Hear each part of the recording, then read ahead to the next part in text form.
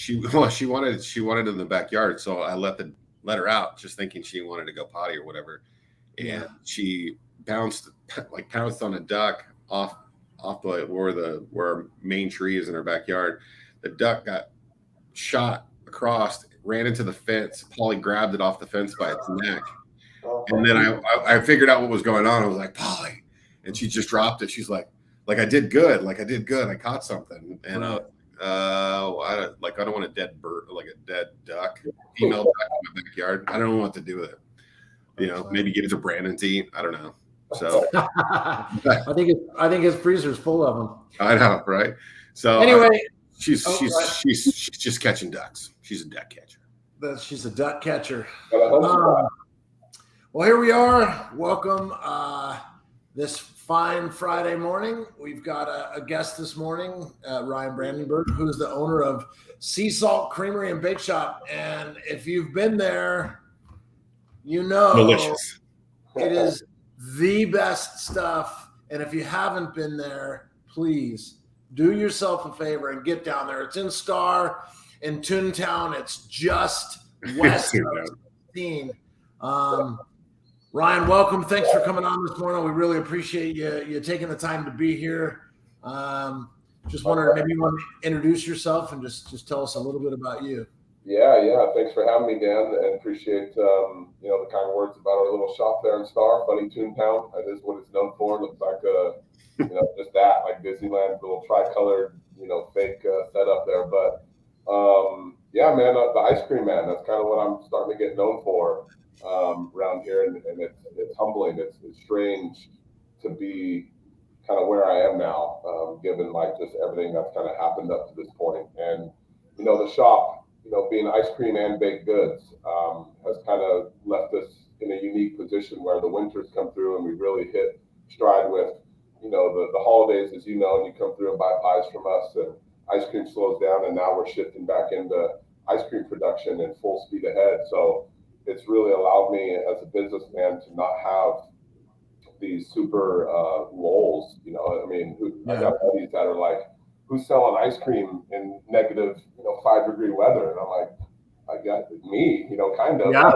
The baked goods really pull us through. And as you know, it's based on my mom's kind of recipes and her background. So it's super special to share that with her and have her skills also kind of be known, because I've been eating it my whole life and holidays and all the pies you guys are now eating. Lucky. I grew up that way. How are you not? But it's always just, it's cool. I'm super humbled and grateful to be in this community. Right. You're sort of local famous now, which is kind of cool, right? I mean, you might not know that, but it's true. It is. I'm starting to realize it a little bit. I just had, you approached me and doing this podcast. I was like, wow, super cool. I've never done one.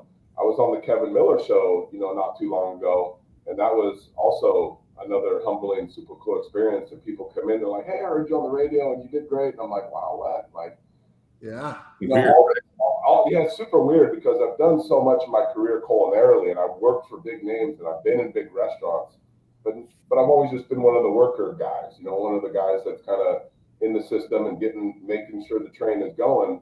But now, like, this is my whole operation. So the recognition is there, and it's cool. It's humbling, and it's satisfying, to know that my creative side and it's being, appreciated and consumed by people.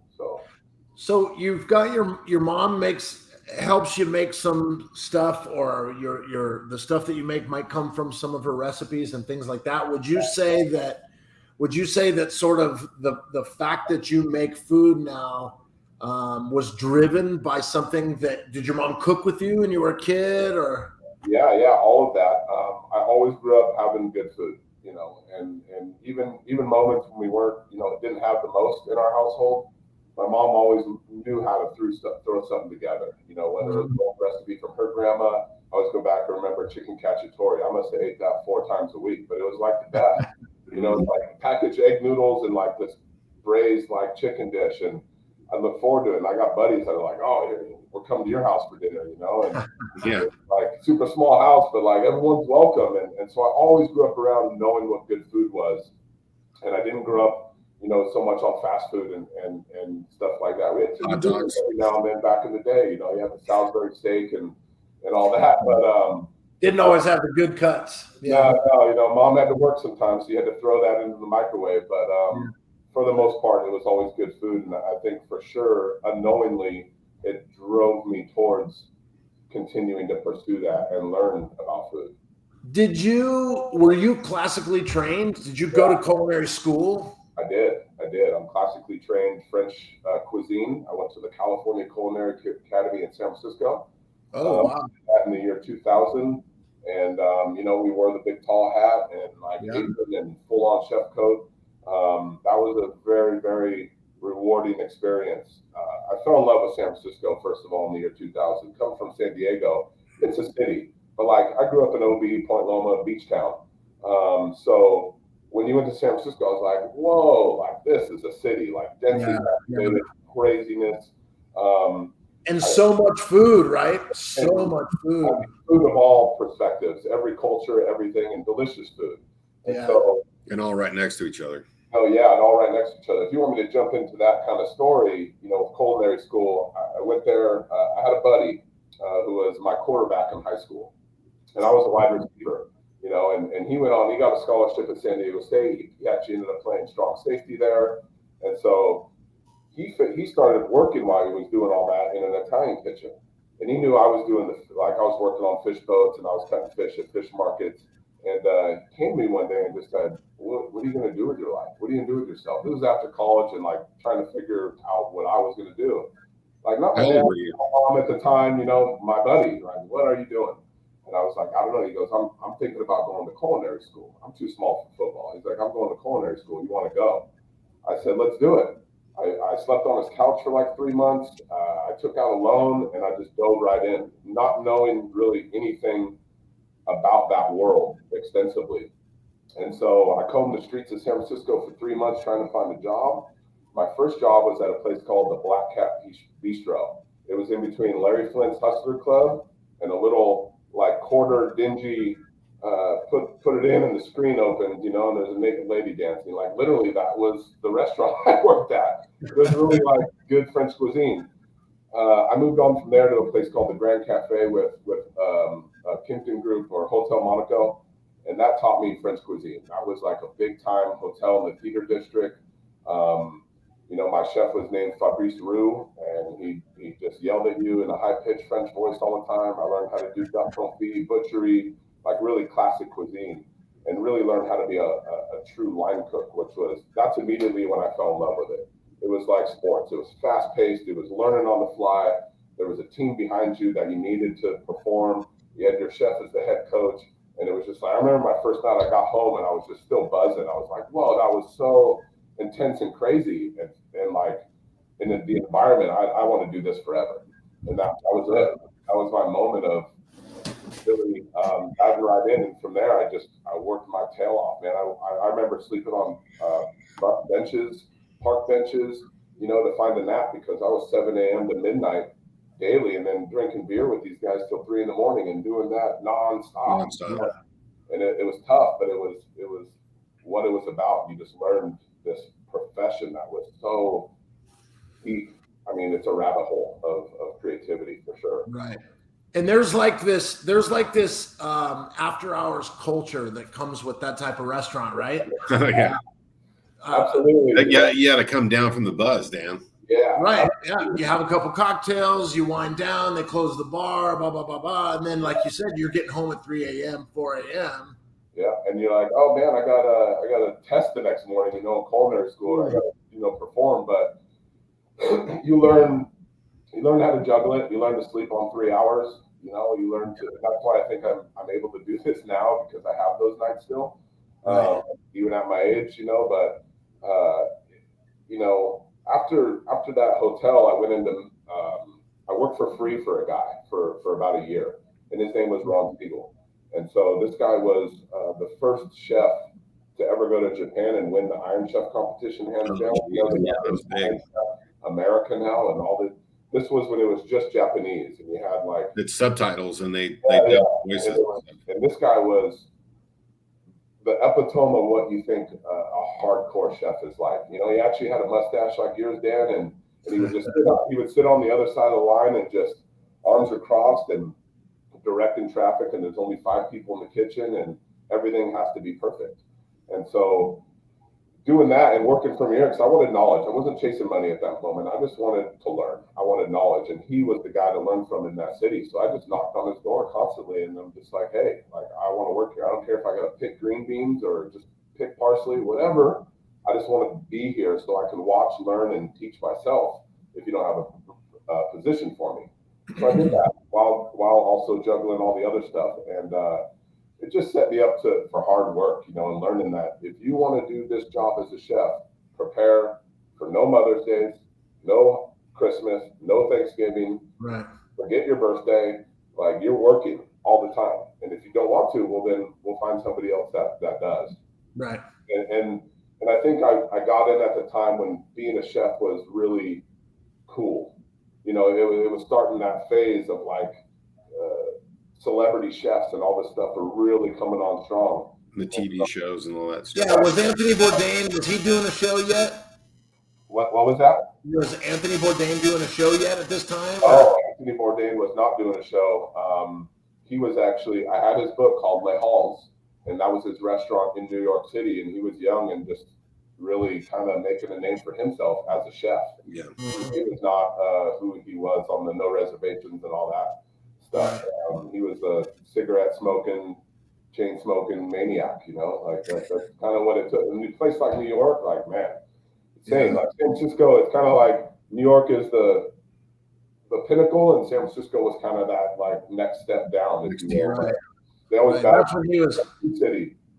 That's when he was smoking cigarettes and doing cocaine and doing whatever he could to keep going. And yeah, I mean, you know, when you get into that, there's another place I remember. It's called Rose Pistola. It was in North Beach part of San Francisco, and my buddy was a bartender there, and I used to just go visit him after my shift, and you know, you meet the chef and all this. And I remember sitting there trying like eating the food, and they had a chef bar, and these guys would like bend down, disappear, and then pop back up. And I'm like, they're all like Oaxacans and Yucatan, like crazy good line cooks and good cooks, but crazy in general. Right. And I'm like, what are these guys doing? And what are they doing? Behold, they had a cooler down there full of Modelo's and a little, you know, plate. They're doing coke and slamming beers while they're cooking for 300 people. Yeah, that gets them going. And it's a world I didn't even know existed, but right. They did that every day. And I'm like, right. You know, so you learn to navigate it and what you want to do and what you don't want to be a part of, and places you really want to, you know, cook at so you can really learn and not just like a party spot, if you will. Yeah. But they existed. And so, you know, after about 4 years in San Francisco, I kind of got burnt out on the city, to be honest. I kind of wanted to go home, back to the beach. And so I did. And I ended up, you know, my resume was good. And I ended up at the Hotel del Coronado down there in Coronado Island. And, you know, worked in the underbelly of all of that, which was a cool experience. And then I worked at the Lodge Torrey Pines Hotel in La Jolla, the golf course there, Five Diamond, all that. That's where I learned the type of chef I want to be. Because this guy, Jeff Jackson, I worked for was super hyper focused on locality and just working with small farms and small ranchers and seasons, and just really highlighting the best ingredients from around you and just letting that speak to your menu and let that dictate what you're going to cook. Really. Would you say that it's like somebody who wants to do that? Would you say that they'd had to have reached some sort of success so that then they could go on their sort of passion project, or was he just putting that together and people liked it and so it worked? A little bit of both. Like he was a pretty gnarly dude, and he spent time in Hong Kong, you know, on his 10-speed and working, doing kind of what chefs do. You just bounce around a little bit from different places to find yourself as a chef or an artist, if you will. And so he did a lot of that in other countries. When he landed at the Lodge Torrey Pines, Chef Jackson, he really was the godfather of that in our area. Now you can contribute a lady by the name of Alice Waters out of San Francisco for this kind of California cuisine, if you will, that's like really fresh again and hyper local and farm driven. But he kind of brought that to San Diego and is really like everyone's dad, if you will. If you're a young cook in San Diego, you worked for Jeff, or you wanted to work for Jeff. Yeah. So I was his butcher, actually. I butchered meat for 2.5 years for him, and I did that for the whole hotel. So whole lambs, quarter pieces of beef, any fish you can think of. And my job was intense. It was nonstop. I'd have stacks of chicken I'm looking at, and only 45 minutes to go before I'm supposed to get off. And there's like no way I'm getting through that. Yeah. But keep pushing, and it's just an environment I loved, and taught me, what I wanted to be. I ended up as a sous chef and so on, and then a guy, again, back to my buddy who asked me what I want to do in culinary school. We went through culinary school together. He worked at different restaurants in San Francisco as well. He met some people, full circle. He ended up at the Lodge Torrey Pines as well. And so we worked there together. And then he's like, hey, an old chef of mine by the name of Eric Oberholzer has a concept and he needs chefs. And the concept was called Tender Greens. And so Tender Greens was a fast casual concept. All those hotel chefs got burned out after a while. Like, that lifestyle is not sustainable. And so we were like, we want to have somewhat of a life. Like, we're getting to the age where like families and things Gonna have kids. Thing, and have kids. And so Tender Greens was kind of born, and I jumped out of the hotel business and jumped on this thing. And first restaurant was in Culver City in LA, and it's based around like the grill, right? We grill like, and same concept, still local, still like really good product, but fast casual. Again, you come up, you order at the little POS system, you work your way down the line, your food's ready on a tray with a plate, and you got a drink, what have you, beer, wine. But it's like your basic plate would be, grilled, marinated chicken with, roasted asparagus and a Caesar salad. Very simple, but very well done and very clean. $13 out the door. People are like, how can you, get this? So that really caught on. We did the second one in Point Loma, and me and Pete went down there and kind of ran it and opened it. As this ballooned out, I ended up in Santa Monica as the executive chef, opening a restaurant on 2nd in Arizona. I had the farmer's market there. I had all this stuff like, wow, this is like where I want to be as a chef, and meeting all these farmers and doing all this. This concept kept growing into 31 locations. We had it in New York, we had it in Boston, and all the way up and down the coast. So I ended up becoming a regional chef. Now I'm kind of out of the cooking aspect of things, and I'm more managing teams, managing chefs. I probably had anywhere from 100 to 150 people at me at one point, underneath me, and that was a whole new learning experience for me. Sure. You're now a businessman. You're now a detailed eye for all the little things that you don't probably realize when you're in it. Now I'm walking through the door going, why is that like that? Why is that? Brush that, get the dust, but fixing everything that's going around and training. But it was rewarding. It taught me how to run a business. It taught me everything to look for, and not just make good food, because there's so much more to that as a chef. It's like so many great chefs that can't open their own restaurant or can't do these things because they don't understand the business aspect of things, the culture aspect of things, and just being a leader and teaching people how to be and how to behave and how to have a culture within. So that was that experience. It was super cool. That's fascinating. What on a personal level, what kind of food do you like? As someone who's classically trained, you've eaten everything, you've eaten everywhere.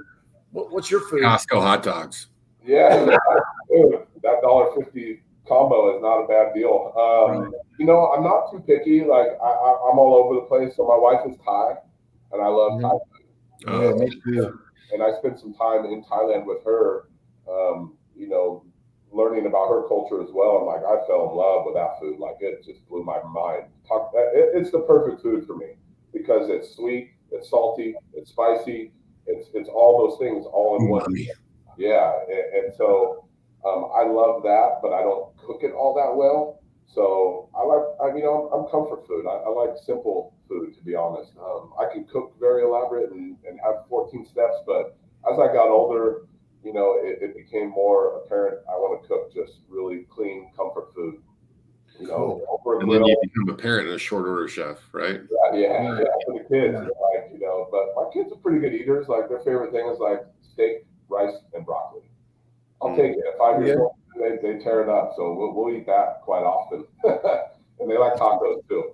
Okay. I have one son who's an eater and one son who's picky, and I am certainly not a picky eater. I will eat just about anything. with Thai food being at the top of the list, is there a Thai food place in the Valley that you could shout out, or just everything's kind of mediocre? Or what do you think? And not a whole lot, what I've learned. I mean, there's one I would guess is Thai Basil over there by the village. They do That's the only one I can think of. Yeah, they do a pretty good job. That's the one we'll go to. There's one in Nampa. I think it's called J&T Express, Island Express, something like that. But not a whole lot, And we always talk about we should open a Thai restaurant, like we would, it would be huge. But does your wife cook? Yeah, she cooks all the time. Yeah, she does a great job. So I've been lucky to be around good food. I'm getting a little glitchy. Yeah, me too. I don't know. It's because our audience has gotten so big; it's dragging us down here. Mm-hmm. So yeah, I mean, in marrying my wife and having that now, it's like, from my upbringing to now, I'm blessed to be around good food and good cooking all day long. Like I never have a bad meal. And now with your business, it's not entree food per se. So you've made a total left turn, right? I mean, you California went crazy. Yeah. Everybody's talking about getting out of there, and you were able to do it. I mean, yeah, I got a pretty unique story, I think, and it's pretty cool. I'd say I'm proud of it, but so back to the Tender Greens thing, I ended up back in San Francisco. After all these years I left, I ended up in LA, and my CEO comes to me and says, "Hey, we're having a lot of problems in San Francisco with our restaurant. Like, would you be willing to move there and fix it, basically? Like, you're the guy that we believe can fix it." So I said, "You know what? Sure." I had one daughter at the time, and we went up there, and I lived in Walnut Creek, which is a little bit East Bay. Yeah. And I would drive all around. We had a restaurant in Palo Alto, down by the ballpark in the city, Financial District, Berkeley, and Walnut Creek. So I ran 5 units. And so my days consisted of running meetings and getting on the BART and driving down to Palo Alto and just fixing culture all around because the last guy wasn't really doing that. And I had, it was great. I did turn it around. I got all the costs in line. My P&Ls were great. Sales were great. Culture was great. We're killing it. I'm making pretty good money. I'm moving my way up, and then bam, COVID, right? Yeah. And in the city of San Francisco, it was the worst of it. Like, it shut it down in an instant. You went from getting off the BART, 200,000 people walking down the street to 0. I mean, I remember standing on the corner going, there is not a soul in sight. This is crazy. And so I had to shut all those down and let everyone go.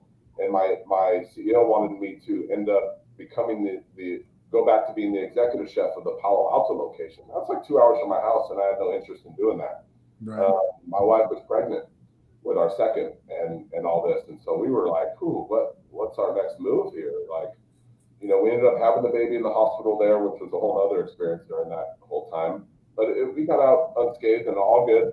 And I looked at my CEO. I said, everyone's been good to me here, and I loved my career path and my job here, but I'm done. I'm moving on. I'm moving to Idaho because I have family here. My mom and dad are here. My sister's here. My brother lives in McCall. I said, I feel like it's the right move to just be surrounded by, our family and raise our daughters in a place that aligns with everything I believe in, politically, culturally, what have you. So, I quit my job and I packed my stuff and moved. I had no idea what I was going to do. My baby was 1 month old, and we put her in the car and drove here. Yeah. And I actually lived at my dad's house. I didn't have a home yet, but my dad's like, we got room, just come on in. So I'm in one room with a newborn, my 1.5-year-old, and my wife, and that's where we lived for a year. Ooh. And because I was waiting for this house to get built, and during all the boom too, and I'm like, that house is crazy expensive. Like, I'm not going to buy that one right now. So. In doing that, I took a year off from working, and I wanted to open a restaurant in Star. That was my first initial thing, but I couldn't wrap my head around what I just went through, shutting it all down to like opening one in this whole shit show we're doing. Yeah, totally. So I had some money set aside, and I was going to put it towards that, but I'm like, no. So my wife is, we're talking through it all the time, and she's like, why don't you open up like a bakery and an ice cream shop? And I'm like, have we met? Like, I don't do anything. We know each other, right? Yeah, like, well, I don't make ice cream, honey, and I don't bake, actually. Like, I can bake some stuff, but that's not what I do. And she's like, well, you can teach yourself. And I'm like, you're talking crazy right now. Like, I blew it off actually at first. Yeah. And then I have a little Cuisinart ice cream maker. And I'm like looking at it and I'm like, you know what? All right, let me look up some recipes. Let me see what this is all about. I just started diving into it and actually fell in love with it.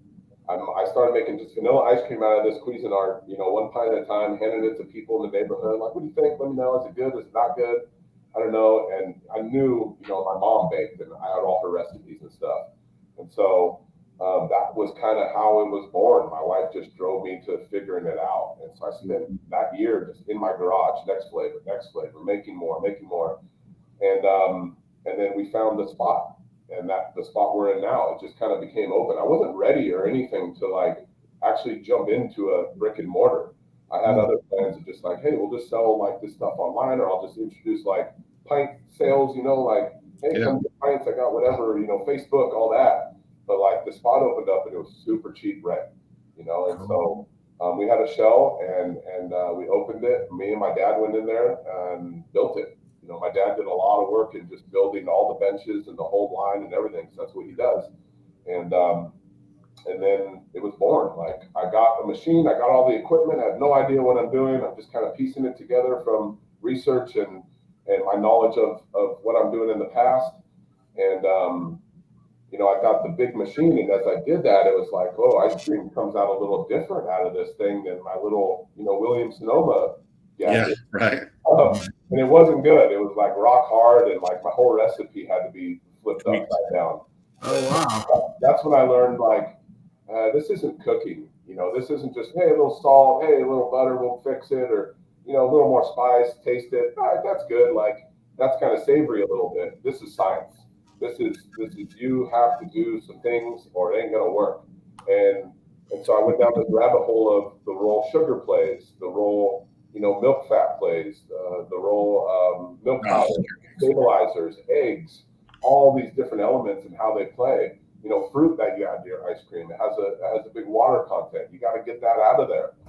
So in doing all the research, I kind of just kept tinkering at it, and here we are. I get told, and I still don't believe it. It's the best ice cream I ever had, and I'm just like, yeah, man, like I appreciate it, but no way. Like I've only been doing this for like 2.5 years. There's definitely better ice cream out there, in my opinion. But but it's really good. And I appreciate it. And I do believe it's really good, but I'm just like, I'm still so new in the game and so a rookie, if you will. I try to stay humble and try to continue to perfect my craft and get better. I've definitely thrown away buckets of ice cream that didn't work out. Don't do that. Call me. Yeah.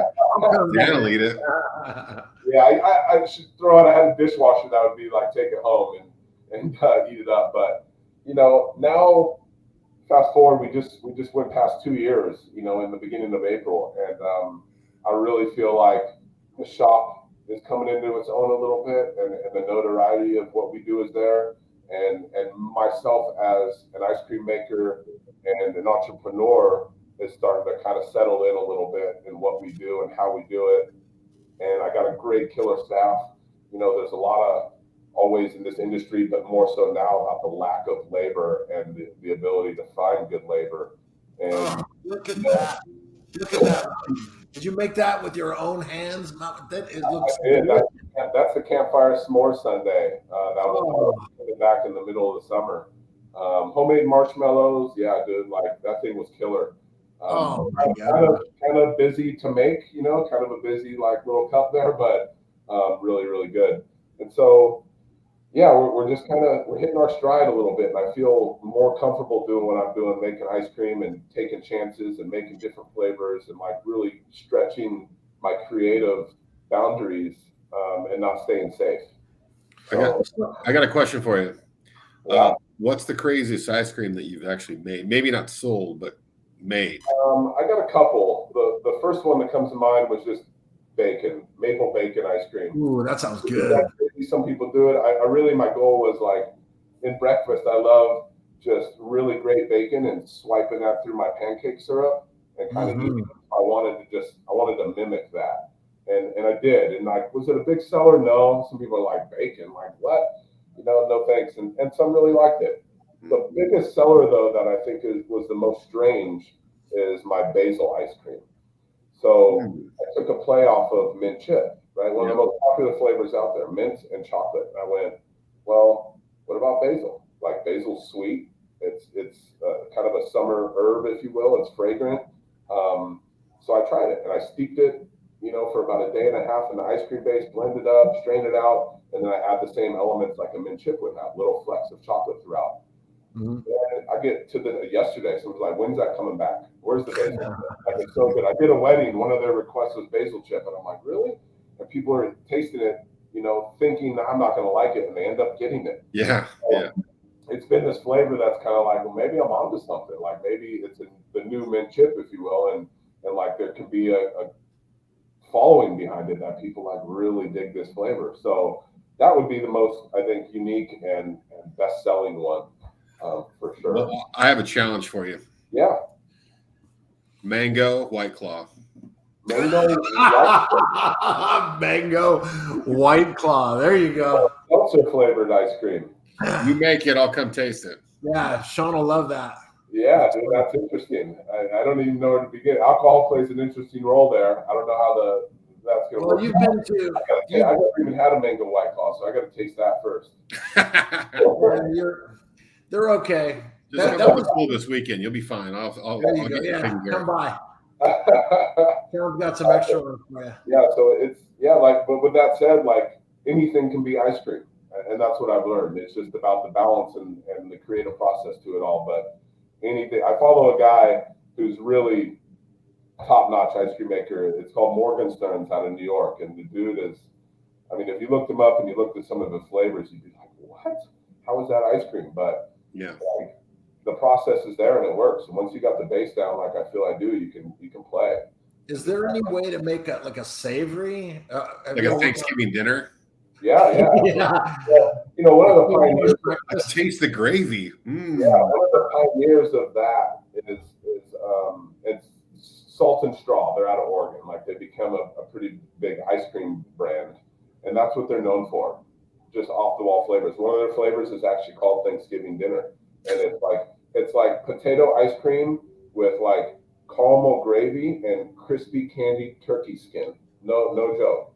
And you think that's weird, it is, but you eat it and you're like, yeah, dude, like it works and it's good. And it's not like you can't eat a whole pint of it at once, but you're like, wow, you really encompassed what you were set out to do, and you created Thanksgiving dinner on a plate and ice cream. Like that's like something you would eat maybe in like an amuse-bouche or something, right? Something very small, one or two bites. Yeah, they're just pushing the boundaries, and they're getting people excited about it, and they're getting people going like, I don't think I would eat that, but I want to try it. I want to know what that is because it sounds so weird. And they do it all the time. They do a good job. So we got to talk about your carrot cake, your carrot cheesecake. Yeah. That is addicting. Yeah, that has become a staple and a winner for sure. It does have a little bit of a funny story behind it because we didn't do it in the beginning, and I never even heard of it. I had a customer that come in and said, "Can you do the cake cheesecake?" I said, "What is that?" And she's like, "Well, it's cake, cheesecake in the middle, and then cake." And she's like, "My daughter had to have it every year because I think her grandma made it for her birthday, and her birthday's coming up, and we were wondering if you could make it." So I went in the back. I'm like, "Can you guys make this?" I have a baking team, and I'll give them a shout out. Josh Parker and Larry are two guys back there that really hold it down day to day. My mom has slowly been phasing out because she's a little older and we don't want to work her anymore as hard, but she's still a part of it. So anyway, this lady does that, and I asked my mom, and I'm like, "Can you do this?" And she goes, "Oh yeah, I've heard of that. That's out of this place in New York called I forget what the bakery was called, but that's what they were famous for. These cheesecakes that were like in all different flavors." So New York Cheesecake Factory? Just kidding. Yeah, we made it for her, and she literally ate it at the table. They opened the box, they sang happy birthday, and she ate it. She'd come back, she goes, "That's the best one we've ever had." Oh, wow. That's Like, cool. not, like even from my grandma and all that, she goes, "This is hands down out of the 20 years we've been eating this. This is the best one we've ever had." And I'm like, "Stop it!" So I looked at my mom. I said, "You know what, Mom? Like this has to go in the case. Like let's see what people think." And that was it, dude. It can't get taken away now. Like we're making it forever. Yeah. And I love it too. It's very, very good. Make more of it. Yeah. Maybe Every it tastes time I go really in there, good with it's a little bit bare of bones. Blazer chip ice cream on it. Yeah. You know, and about that guy, like we're at the point where, you know, the demand has definitely outpaced the production. It's super hard, and I hate having an empty case or running out of things. But like, it's such a fine balance of fresh baked every day and having everything in a full case. And then having waste. Yeah. Well, waste is part of it, and that's fine. But at the same time, it's like we're small. Like if you ever take a peek in the back, like there's 2 ovens, 1 ice cream machine, a table, and like a refrigerator. And, like really basic setup to produce what we need to produce. And I would say like I can't believe actually we make as much as we do out of that kitchen. I hope to get to a place where we move beyond that and we always have stuff available. I also have a request from Facebook for you to bring back the lemon cheesecake. Yeah. Anything lemon tart, man. Yeah. You know, Courtesy of Andrea asked this, so I have to put a shout out in there. Out of me when I take things away like that. And I really love the lemon cheesecake because I really love the lemon curd we make that goes on top of it. You know, what I've done with Sea Salt is really try to implement what I've done throughout my career, and that's that seasonality I spoke to earlier, that localism, and pairing myself with some of these farms that are in Emmett and so on, and working with the best that's available at the time. So lemon, oranges, citrus are winter fruits. Like they're at their best in the winter, and so not to say like obviously you couldn't do something lemony, you know, in the summertime because it's refreshing and it's hot out and all that, but tastes like summer. Yeah, I got to rewire my brain maybe and get out of my own way to do those things, because I'll pull something like that, like the lemon cheesecake, and be like, all right, springtime, it's ready for strawberries and blackberries and raspberries and so on. And people are like, wait, no, like we want the lemon because it's delicious and we don't really care if that it's in season or not. Right. It's like mashed potatoes. I don't wait till Thanksgiving to eat them. You Yeah, know? exactly. You know, exactly. And that's just like how I was trained and how I was going through savory food. So I was like, well, I'm going to apply it to the baked goods and the ice cream. And I think there's room for both. I think it's like you can still bring in stuff that's super seasonal, like rhubarb, you know, is right now, and then still say, you know what, so what? Like here, lemon is here. Like it's not a big deal. So that's just my own self. And I have another question for you because I like food, but I'm not a giant sweets person. But if I eat it, it better be good. I know I'm a big person, but I'm not a big sweet. But do you guys have like pairings of like desserts with the ice creams, or is like like a sommelier for ice cream and cake? That's a great question. In setting out to do this, I wanted to do like weekly specials almost, to where we would do that. We would make something and pair it with a certain ice cream flavor. And we really started out like pie, right? Like pie a la mode type thing. And I think we weren't able to really get onto that as we were learning and going and become as busy as we are. It's like some of these things just got pushed to the side because we're just trying to keep up with everyday production. I hope to get back to that and create some really like cool pairings like that. It would be super. French toast and your bacon ice cream. French toast cake, bacon. So I had one already in mind that was like it was basically like the ice cream breakfast sundae, and it would be like a Lay's waffle. If you're familiar with what a Lay's waffle is, it's a little more firm and crispy, with coffee ice cream, candied bacon lardons.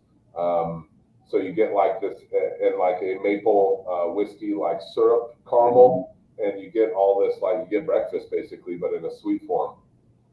Just like Dan and I will come by later this afternoon. Yeah, for sure. Yeah, so many things I want to do, but like the direction of the business kind of dictates that sometimes, and your ability to produce and be creative but still like run the business the way it kind of needs to be. During the holidays, we get so busy. It's like we did over 200 pies last Thanksgiving. And what are the pies that are always requested? Is it just straight pumpkin? Is it what's I create a popular menu. in the seasons? So we get requests, but I don't really take them. I don't really take them. Well, because if you just did that, you'd be all over the place. Oh yeah, for sure. I create a menu that's kind of like our biggest sellers and traditional. So you got the pumpkin pie for sure. We got the huckleberry cheesecake. We got the bourbon pecan, and then we did a chocolate cream pie, I believe. There's pumpkin spice cream pie that was kind of unique and creative. Yeah. And then a caramel apple pie. What I learned in doing even those 6 pies is it's too much. Like it's like you got 40 of these, 20 of these, 10 of these. We were doing cookies. Like I have to again this year narrow that even down because some of it goes out. It's just too much. Like the team keeping up and quality started to become a concern. Not quality of ingredients, but like how the pie's made. Right. So I talked to the mayor of Eagle and one of the city council members, and I told them that you were coming on today, and they were like, "Oh, that's going to be great," because like we were talking about off studio or stage or whatever it's called. We were talking about how your story is a really good one, but they said, "What's next for Ryan? What's he going to do, and when is he going to move into Eagle?" That was the big thing. Wow. And would that be a problem with Star? Would you have 2 places? What's next? What do you? I mean, that's something I'm constantly at a crossroads with. I always have this itch to get back to cooking like food, and being an everyday eatery versus like, what I'm doing now. But also what I'm doing now is doing well, and it's catching on. And so it's like, do I split the road and have multiple concepts under my name? Or do I stick with the brand of sea salt and kind of drive that as far as it can? I don't know the answer to that yet.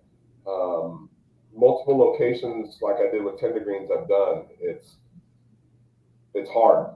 It's hard than people think to have same share, especially in the baking world where a lot of it comes down to like touch and feel and in your pie dough. So I really have to like streamline what is scalable, and what's unique to our shop, and like it's cool and all, but it's not something I can just take into multiple locations and have it be. We're not going to franchise, right? We're not going to franchise. I don't want to do that, but I get that question a lot, and I still don't know because I do want to bring to Star a restaurant, and I get that a lot. There are some good restaurants popping up, but Star is still so underserved, and the demand is very high. Right. Yeah. You see how busy the restaurants across the street from you are. Any hour from 4 to 9, they are slammed. Yeah. They're definitely underserved, but they're definitely overserved at Beer Guys. So that's for sure. And so I don't know. I want to bring like my concept. I'll let it out of the bag here for Star as a restaurant would be like, again, going back to my roots of kind of whole animal butchery, live fire cooking, and rotisserie, and pair that with like killer beer and whiskey and what Idaho has to offer. Idaho is a big hunting community and game meats, and you got the Pacific Northwest with great seafood and killer produce too, and foraging and things like that, right? So, bringing that on in an element that's family friendly, that's approachable, everything off the grill, everything off the rotisserie, and then paired with like a cool environment, I think it would do great. That'd be cool. Yeah, certainly. I was listening to meat. Yeah, meat and potatoes, man, but doing it really, really doing it justice. But at the same time, it's like I got this concept that's working, and do I want to grow that? I do. I know I need help. I know I can't do it alone. That's one of the things. As I've been here a couple of years, it's starting to like have a little bit of getting to know people. But if I was going to do a restaurant, it's like skilled chef type workers. Like I don't know a lot of those at this Or moment. where the labor would be in Labor would be where that's coming from, and then just investments too. You know, like I gotta, you need money to make money, and I'm working on that. And if it was to help grow sea salt, that would be cool too. I'm not opposed to multiple locations. I just have a little bit of apprehension because I did it. Sure. It's expensive, man. Let me tell you, the ice cream world is like, it seems simple up front, but then as I get more and more into it, it's like, whoo. What about expanding within the same location? Is there that kind of possibility where the production could ramp up? Not really. Are you limited? They're super tight, and I think I've maxed it out. So if I was going to grow sea salt, it would be two things. Probably would need just like a ghost central kitchen. We're not having to deal with customers, and we're just nonstop producing. Mm-hmm. And those items are being shipped out to each location in some regard. So that's a whole nother kind of idea where I can build out more machines with ice cream equipment, because that in itself, like, these machines are big. They need big freezer space. Like, there's a lot to it in that regard. And the same with baking: big mixers, more ovens, more efficient ovens, all these things. And sharing the space is hard because I'm pumping out a lot of heat, and I'm also trying to keep things cold. Yeah. So I got, in the summertime comes my blast freezer, which gets to -40. It's trying to fight the air inside. And so I've already seen that happen where I'm probably not going to get to -40, but we need to cool this room down. Yeah. It's a challenge. So let me ask you a question. You talk about local foods or semi-local foods. Yeah. I don't know if you know, but the area is known for for truffles. So Morels. Yeah, absolutely.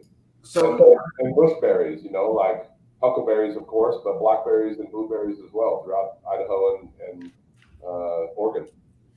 So you guys can still hear me, right? I'm working on my camera, but yeah.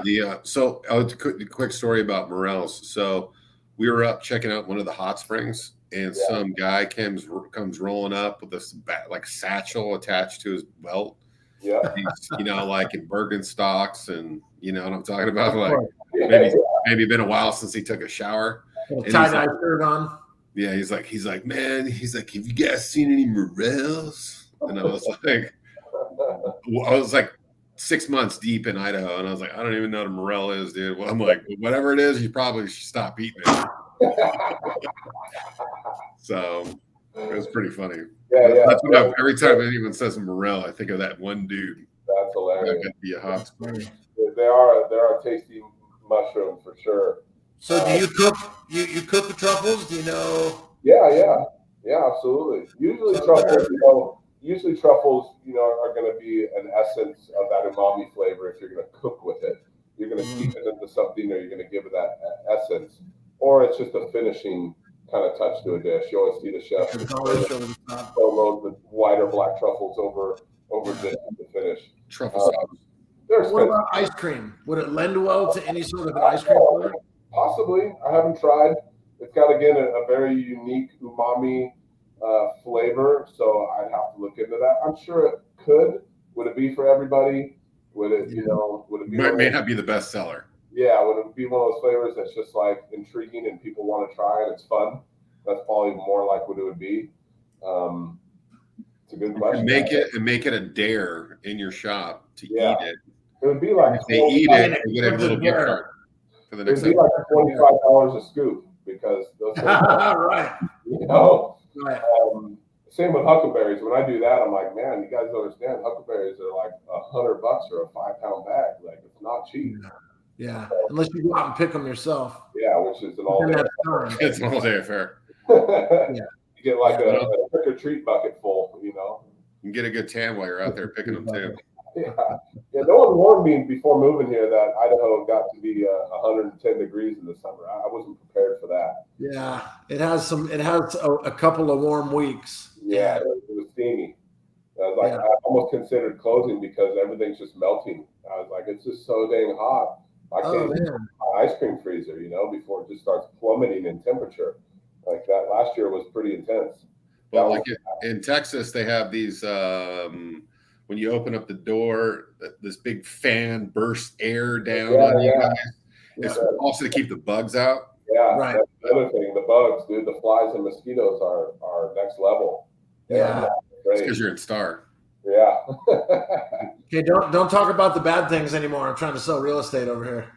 Yeah. But if you do open a place and you need skilled workers, Dan can sell them a house. I can do their loan. You know, we'll just make it. There we go. Yeah, all that. Well, you know, I'm open. I'll put it out there. You know, as a businessman, like I'm open to partnering with people. I'm open to seeing, like you're saying, what is next. You know, for sea salt or you know, as a chef in general, and whether it's a restaurant or multiple locations, like I'm open to that. I feel like in doing what I'm doing in this field, now I'm looking for help. Like I've always had mentors, you know, and like I'm doing this, I'm winging it, so to speak, you know, in the ice cream business, because I've never done it before. So I'm like, okay, what is next in the ice cream business? Like I may need to reach out to some other entrepreneurs and pick their brain on like, how did you scale? How did you go from the next level? Because it's new to me.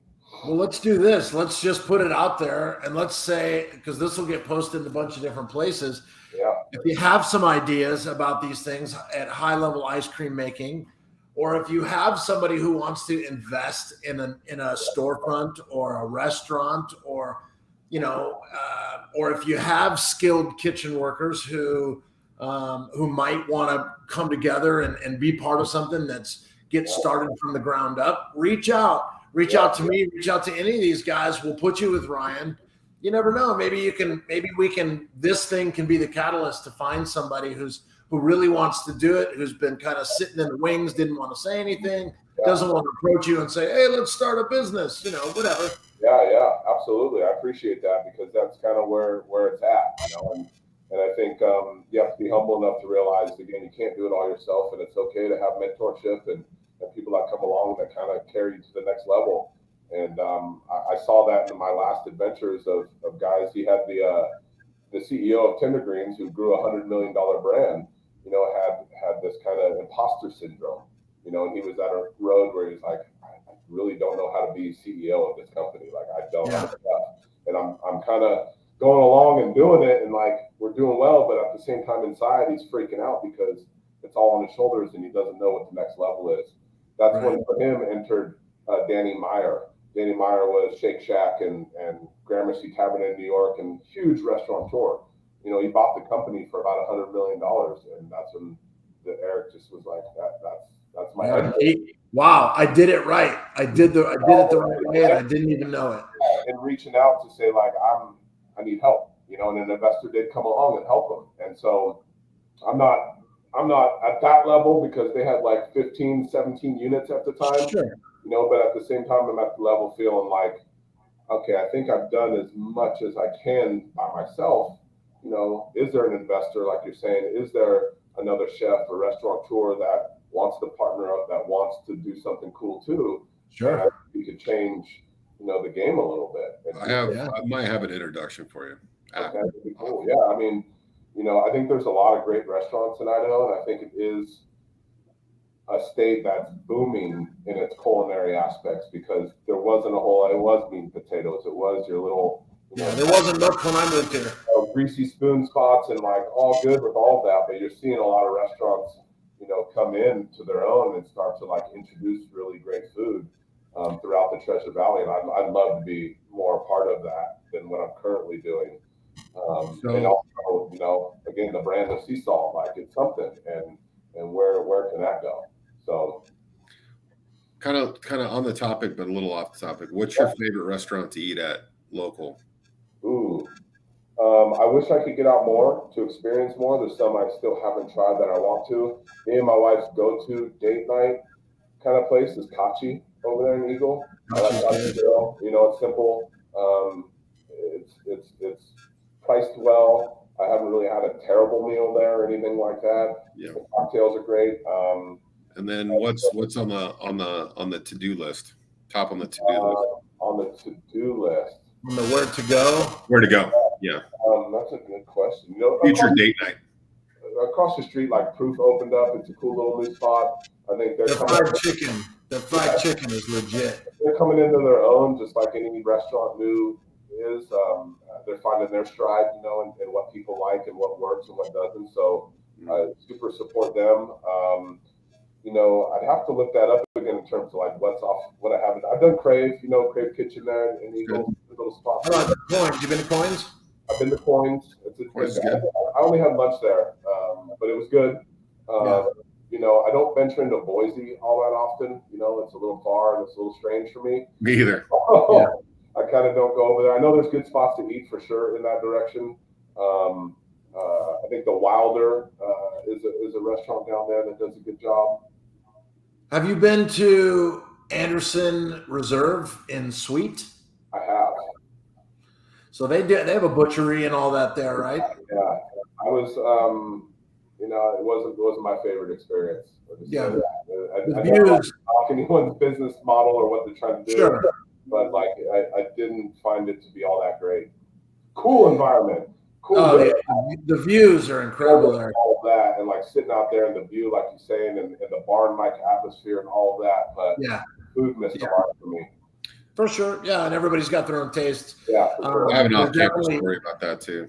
There's definitely a bunch of people out there that love it, or they wouldn't still be there. Yeah, absolutely. And I think I went early on too, and that's the thing about restaurants. It's like, you know, if you're able to survive that first year, you kind of can continue to tweak and continue to find what works for you and what you're really good at. And that's what I'm doing still. I mean, we don't, you know, people sing our praises, but you know, there's some that don't too, and they're like, it's not that good, or it's kind of bland, or you know, it didn't taste like the cookie wasn't that good, what have you. So, you know, you learn that in this business that you're not for everybody, and people have different tastes and they like certain things. And what we're not is like an overly sweet processed kind of junk food. And some really are into that. You know, they like the Oreos, they like the candy and things like that. And I don't use packaged goods at all for anything. Like you won't find it in my ice cream. I don't dump candy in it. I make my own mix-ins, caramels, cookies, brownies, so on. And I think that's what, you know, people are more gravitating to, especially I think with kids too. Like they try to get their kids off of that high fructose corn syrup and die. Totally. You can have a sweet and it's still a treat, but it's like a better version of that. Absolutely. We've become inundated with all this high fructose corn syrup stuff and all that. And there's a guy out there there's two guys that I read, Michael's Joel Salatin and Michael Pollan. Those guys, they break it down why that came about and the business behind that and how it's sort of ruined all of the candies and all of the foods and all of the packaged foods and processed foods. And now you just should avoid all of that stuff. Yeah, absolutely. None of it's good for you, man. And you can if you just eat meat. Eat meat and grow some potatoes and you're good. You stay out of the middle aisles, right? That's what they say. It's like you stay out of the middle aisles of the grocery store. I had like someone try to explain this to me, but what's the difference between like regular cake and red velvet cake? Is it just the food dye? Yep. Literally the same recipe? Chocolate cake. Well, it's chocolate cake with red food dye and cream cheese frosting. So I get asked for red velvet cake with red food dye. Yep, that's it. And so I get asked all the time to make red velvet cake, and I don't do it. I just won't do it. And I said, I'll make you a chocolate cake with cream cheese frosting and you won't even know the difference. It's just not red. Yeah. So, you know, there's natural ways to do that in terms of like beets and other natural food colorings. Sure. Then it tastes a little earthy or beety, if you will. Yeah. I remember Old State did something for St. Patrick's Day where they did the beer green, but they didn't use the food dye, but they used, I think it was, was it? No, it wasn't. It's celery, and then it tastes like celery. No, it didn't have it didn't give it a taste, the noticeable taste. Spirulina powder. Oh yeah. Well, then it's healthy. Then it's super healthy beer. So. You eat your greens. You know, there's definitely, and especially in the baking world, there's people that do that. You know, they really like gravitate towards, you know, all the healthy little dyes, things that are a little more good for you in that regard. I don't. Like I'm still a treat shop. I'm still using sugar. I'm still a sweet space, but I'm not never. Sugar's good. You should use. You sugar, eat dessert every day. I don't ever eat it. Like I taste to make sure like things are right, especially in the ice cream. If I have a spoonful of this or that when it's coming out, but I don't eat a whole lot. You know, you'd be huge. Spoon upside down. Yeah, you just Is your spoon upside down? Like I always see on cooking shows. Yeah, it is. Okay.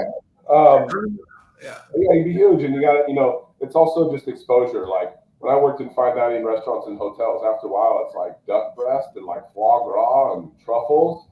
I'm good. It's in and out. Like I'm not wanting to eat that stuff anymore because I've had so much of it, and I'm cooking it and touching it. And so it's the same. I used to eat pints of ice cream all the time before I was making ice cream. Sit there and just crush them.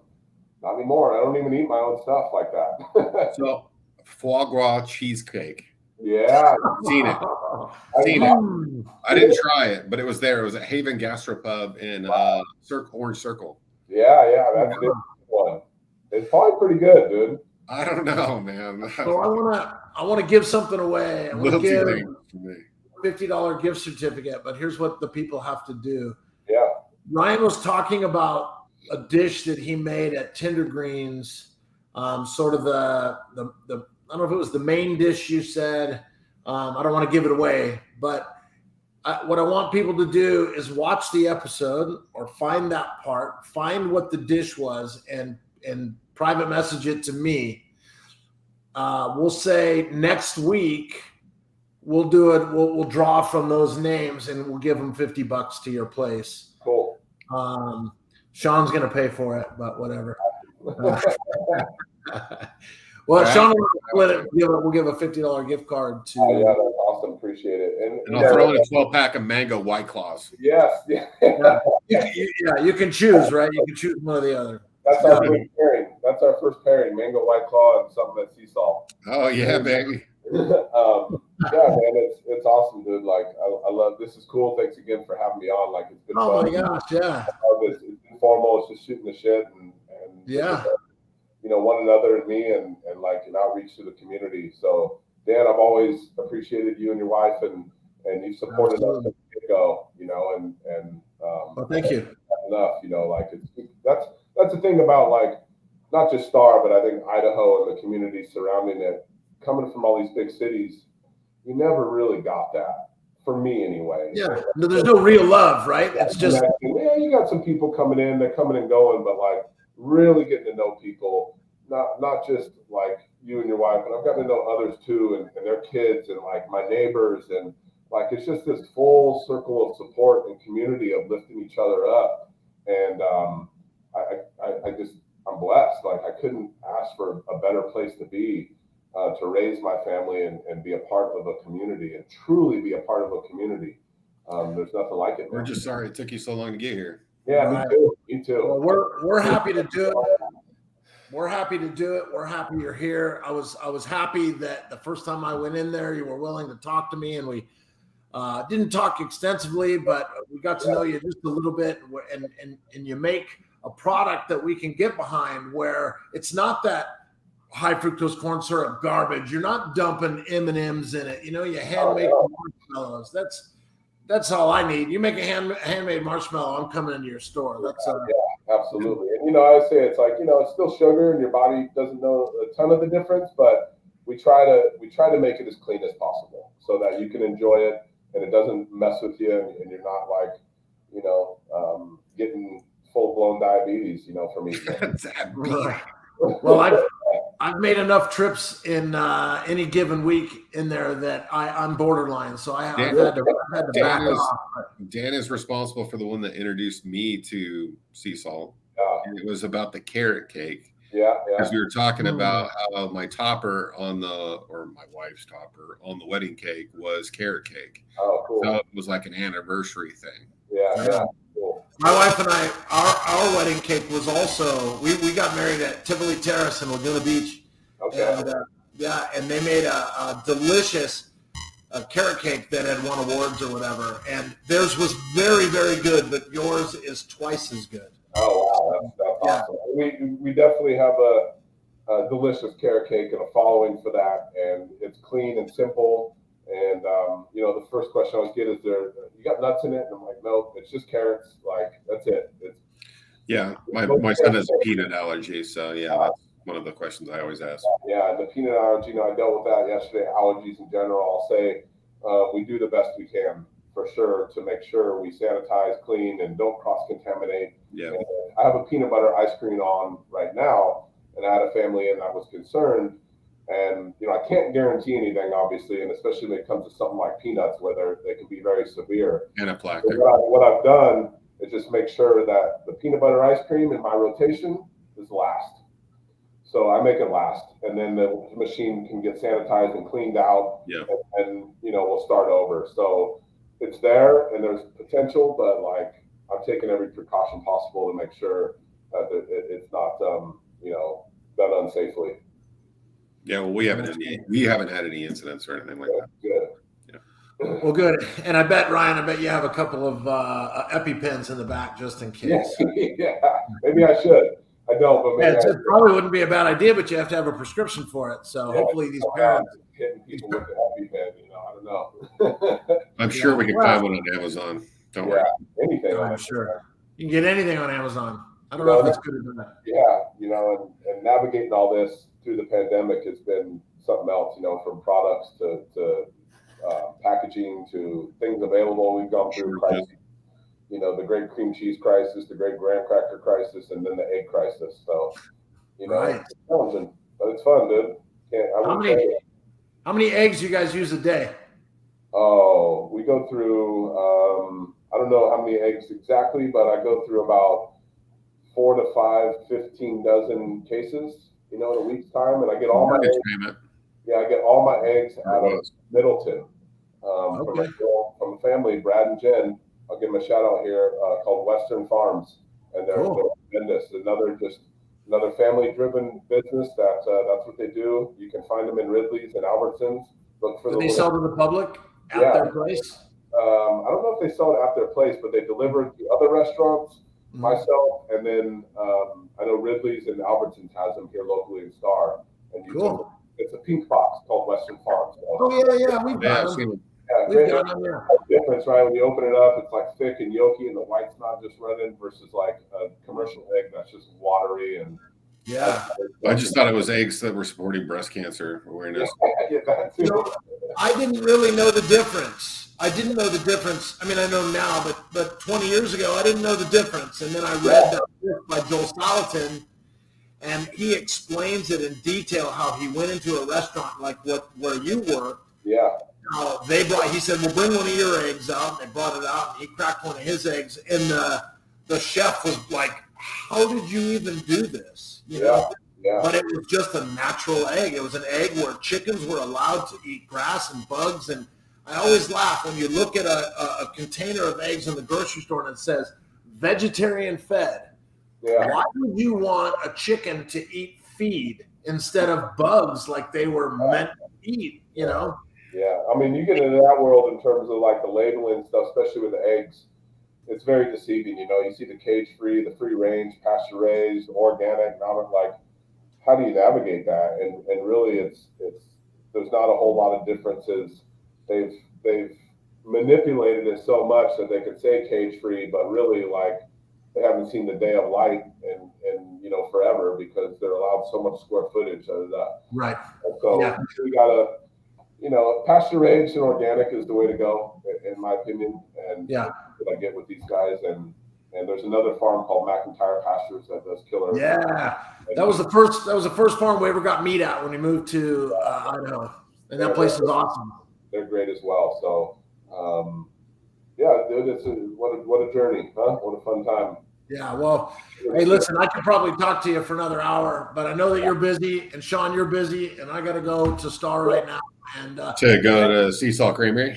Actually, right next door. I'm on my way there now too. So I've had to increase ice cream production like crazy to get ready for the summer. That Mother's Day weekend was. I know. I went by. It was packed. Insane, man. And I apologize to anyone who didn't get something, and we had to close, and like we ran out of product, and it's never a goal of mine, but like it's also very cool to be, to be in that position to where so many people are coming that you just can't even keep up. Yeah, right. It's a good problem to have, right? Anyone who I haven't turned away, I'm sorry. Please come back. We'll take care of you. We're making some changes, and we're trying to like increase, how we do things. Cool. Well, if they go back and watch the video and tell me the dish name, maybe they'll get $50 in free stuff. And here's the other thing too, real quick. So I know obviously you have your storefront. Can people make order requests for like birthdays? I mean, you do weddings, you do private parties. What else do you do? So before we go. I mean, pre-ordering is the best thing, man. Like if you want some pies or you want a cake or you want an array of stuff, man, give me 3-4 days heads up and we'll make it happen. That's the best way for your everyday thing. Now, when you talk about birthday parties and weddings, we've done them. I don't do like traditional, like fancy wedding cakes. We can do some cool stuff. And some people now, they just want a carrot cake that like looks pretty and they're good with it. They don't want to spend thousands of dollars. We're just not big decorators like that. Like I don't do Elmo cakes and like Bernie, Sesame Street cakes and things like that. I've had it, but I don't have the skill set to do that. So we keep it still grandma's pie in the window type feel. On top of that, I have an ice cream cart. And so the ice cream cart has gained traction and it's pretty cool. We've done weddings, we set up, we got cool decorations, umbrella, and we scoop ice cream there at weddings and birthdays and community events. So that's a cool thing. We're for rent for that. You can find it on our website at seasaltcreamery.com. Sean, we could do that in Legacy, you and me. I was just man. Have everybody at the park do it for an hour or 2 hours or something. Or at the pool. A couple hours. A couple hours is really all you need to do that. To go through the whole thing. Yeah. and every event is different. Everybody's request is different. So I kind of try to work with that individual to meet their needs. Yeah. Well, the bottom line for us is, will you do it for Mango White Claws? 100%. If you do that, I'm at any event you want. Well, Sean, I think, has got a couple pallets of it in his garage. So I'll even wear my Speedo at the pool when you show up. Hey, that's a treat, let me tell you. So, all right, gentlemen, thanks so much for being here. I really appreciate you. I appreciate your business. Taking the time to hang out with us this morning. If there's ever anything that you want to talk about and you want to come on, you give me a call. We'll do this again anytime, any day. I just appreciate you being here. I appreciate it too. It was a lot of fun. You guys are easy to talk to. I think, in terms of podcasts too, like, keep at it, dude. This is a good little thing. Cool, man. Thanks. We enjoy it. We have a good time with it. I don't know how many viewers you got with me, but I know you had the mayor and other, big hitters on. So like, I don't know. It's cool. You got something. It's fun. Well, yeah, and the thing is that it just stays out there. So if people see, we have a really nice description that explains you, and when people look up, ice cream makers, maybe they go on and they see you and they go, oh, this guy's awesome. We love him. So it's always out there working for you. Didn't cost us a penny. It's nice. Probably just going to get busier. That's all. Yeah. We do what we can. I'll give a shout out to the young ladies and stuff that work for me. They know who they are. We'll use their names, but like, as we talked earlier about labor shortages, like I've been blessed. They've been with me for like a year and a half. They're 16, 17 years old. Like they kill it. I mean, you guys have been in there, and they're super friendly, and they're super fast, and they're organized, and it's their first job. And like I got one in the back, learning to make ice cream and making the ice cream bases with me, and like doing the caramels and the fudges, and like it's cool. Like I'm sharing my craft, and they're learning it and soaking it up, and they're the faces every day now out there, so I can do what I do. That's cool. I'm super thankful for them and their families and their parents for allowing them to like work. They work like 35 hours a week, at 16 years old. Like they're hustling. And so that's one thing, I couldn't trade. Like they're awesome. We got it. For sure. That's cool. I'll be sending my kids up there in the next couple of years. Yeah, man. We'll have to cycle them. Just looking for that family discount. That's all. Yeah. That's all it's about. Do I get something free if my kid works there? Kids are graduating and go on, and I have a feeling we'll just be this kind of like first job spot for people's kids in this community, and I think that's pretty cool too, where they learn how to wash dishes and just learn how to have some work ethic. You know, it's like it is what it is. That. Yeah, it'd be better than my son trying to hustle me on the lawn. I'd rather him hustle you over there. Yeah, for sure. That means that you'll be in people's stories and to perpetuity, where people were talking about, oh man, you remember my first job? I worked over there at Seasalt, it's such a cool place, and maybe they meet someone there that they end up marrying or going to work for. Or, you know, that's it. Cool. Man. All right, dude. Yeah, I gotta get going for sure. Yeah, no worries. And just hold on 1 minute after we log off. All right, guys. Thanks for watching. We'll see you next time. Thanks, everyone.